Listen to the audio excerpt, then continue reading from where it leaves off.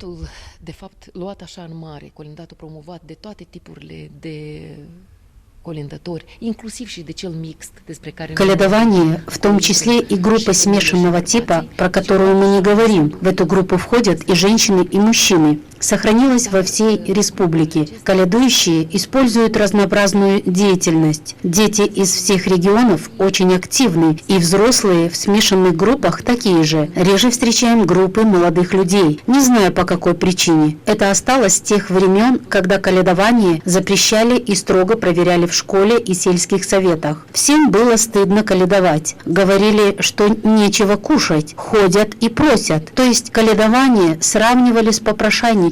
Изменились времена, но, к сожалению, такое отношение к колядующим еще осталось в обществе, потому что те молодые люди, которых когда-то ругали и выставляли на линейках, эти ученики, которые были пионерами и комсомольцами, теперь стали родителями, бабушками и дедушками. Меня радует тот факт, что среди них выросли и такие, которые интересуются обычаями и заботятся об их сохранении, празднуют Рождество и Новый год за богатым столом сообща, большими компаниями, то есть со всеми вместе, переживают во время колядок, ждут, чтобы колядующим открыли дверь и очень огорчаются, когда никто не встречает. Слушают, у какого хозяина поют и унывают, когда к ним никто не идет. Это двойное переживание традиции. Сегодня мы все вместе можем спасти этот обычай, в отличие от тех, которые не сохранили его и сдались с такой легкостью. Мы живем в такое время, когда можем очень легко потерять свои корни. Считают, что колядование можно очень быстро и легко заменить другими культурными видами. Но жаль такую потерю. Очень радуюсь за жителей тех сел, где колядка находится у себя дома. Когда говорю об этом, вспоминаю населенные пункты южной части республики. Думаю о малой родине Николая Сулак, селе Садык, которым принято ходить двумя группами колядующих. Они договариваются заранее на хоре, которые танцуют перед колядованием. Кто в какой группе будет. Собираются соседские юноши, пляшут вместе, несмотря на мороз и большие сугробы. Я была в этом селе и видела танец. Они восхищаются традициями. Девушки, юноши и все жители села танцуют вместе с 2 до 5 до темна, а потом возвращаются домой, чтобы ждать колядующих. А те будут ходить из дома в дом, собирая деньги еще для 7 танцев, которые организуют потом. За них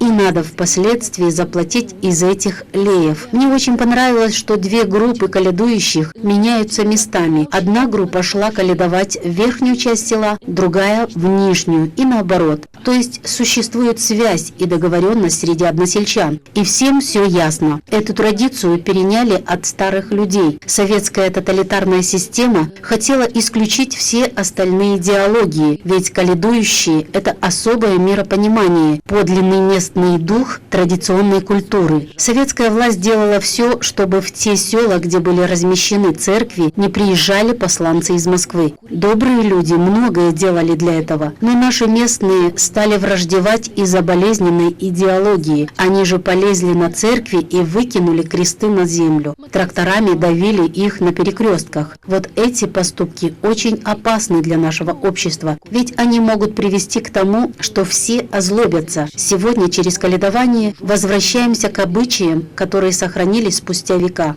Мы можем вернуть это достояние, эту силу перед искушениями, которых будет много. Все мы свидетели многих социальных испытаний, которые и сегодня происходят. Но когда общество понимает и ценит свое прошлое, сознает, что оно часть этой истории и что от него зависит будущее, остается сильным, тогда работаем для реализации этой цели. В селах Неспаренского района поют очень красивую колядку «Упряжной крюк». Юноши колядуют с большой цепью, при этом звенят ею вместо колокольчиков. Это загадка нашей культуры, наших обычаев. Дорогие мои, мы являемся звеньями этой цепи, кольцом основанного обычая нашего народа, праздников, которые отмечают по очереди. Сперва Рождество, потом Новый год, год, крещение, Пасха, маленькая Пасха – все они звенья одной цепи, кольца нашей культуры. Вот это очень важно. Мы связаны нашей памятью, нашей кровью друг с другом. Поколение с поколением, и мы сможем устоять через века. И не благодаря уму, как принято думать в мире, а благодаря гордости и достоинству. У нас есть необходимая сплоченность. Никто нам не запрещает надеть национальный костюм. Как видите, я его ношу с гордостью. Некоторые стесняются этой одежды, другие надевают с оглядкой, но постепенно понимают, что народная сила передается через национальный костюм, а ты становишься ее частью. Также происходит с нашими святочными традициями. Когда юноши выходят колядовать, старая колядка, которая уже не менее 2000 лет, оживает.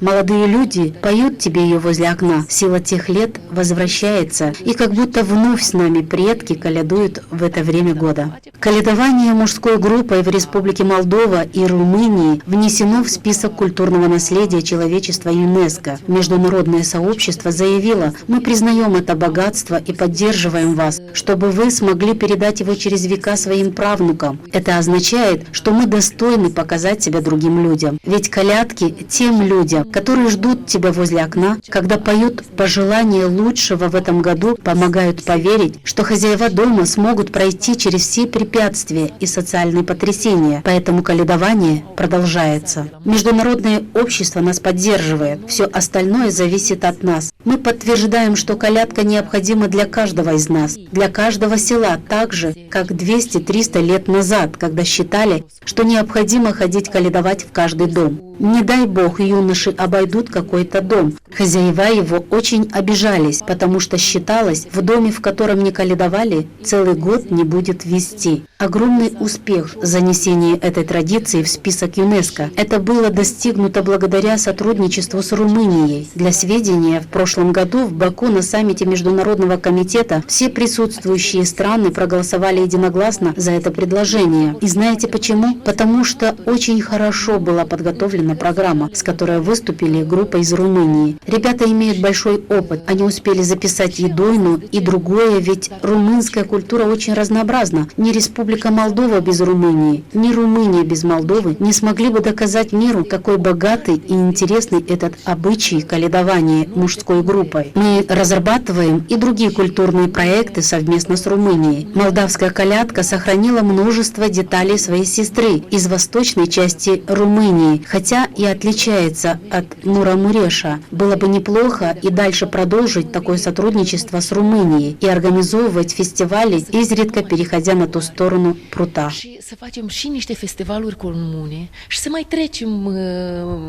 prutul din vreme în vreme.